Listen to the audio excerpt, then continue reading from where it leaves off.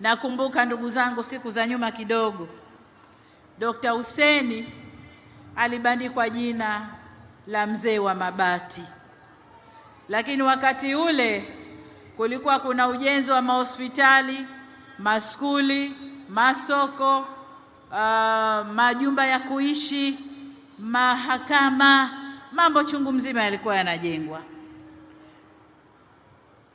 Sasa kwa sehemu kubwa mabati yale yameondoka na tumeona kilichotokea. Badili ya mabati, mkasi ulifanyaje? Mkasi ulifanyaje? Mkasi uliongea.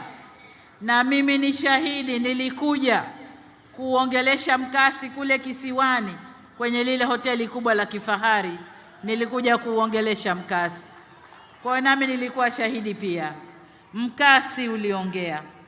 Kila mmoja alijionea kazi kubwa iliyofanyika hapa Zanzibar.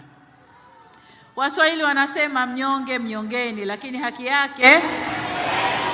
Sasa Dr. Mwinyi, mimi niseme msimnyonge, kwa sababu si mnyonge, wa msimnyonge, lakini haki yake apewe na maua yake apewe, si ndio?